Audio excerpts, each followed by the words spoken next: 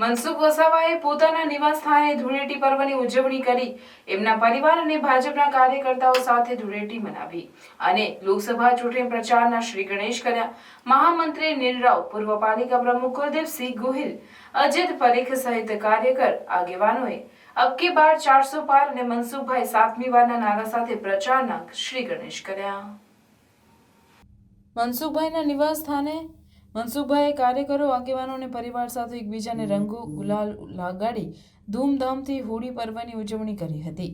જોકે આજે પણ આપના નેતા ચૈતર વસાવા પર આકરા પ્રહાર કરતા નર્મદા સહિત ગુજરાતના તમામ લોકોને હોળીની શુભેચ્છા સાંસદે પણ પાઠવી હતી. સાંસદ મનસુખ વસાવાએ જણાવ્યું હતું કે મોદી સાહેબના 10 વર્ષના વિકાસના કામો અને પ્રજાનો પ્રેમ વિશ્વાસ મારી સાથે છે. ચૈતર વસાવા સામે પોતે 5 લાખથી વધુ મતો સામે 7મી વાર આ બેઠક નરેન્દ્રભાઈના ચરણોમાં ધરશે એવો પાક્કો વિશ્વાસ અને આશાવાદ પણ મનસુખભાઈએ વ્યક્ત કર્યો હતો.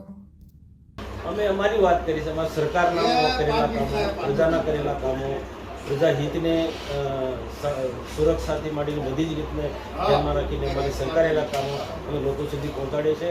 અને ખાસ કરીને આદિવાસી વિસ્તાર માટે જે વર્ષોથી કેટલાક જંગલને લગતા જે પ્રશ્નો, જંગલની જમીન, ફોરેસ્ટ વિલેજના ડેવલપમેન્ટના જે ઘણા બધા પ્રશ્નો હતા, એ પ્રશ્નો અમે સોલ્વ કર્યા છે. અને એ વાત લઈને અમે લોકોની વચ્ચે જઈશું અને શહેરી વિસ્તારોની અંદર પણ જે ઔદ્યોગિક ક્ષેત્રની અંદર પણ ઔદ્યોગિક ક્ષેત્રને લગતા ઘણા બધા પ્રશ્નો હતા, એ પ્રશ્નો પણ અમે સોલ્વ કર્યા છે.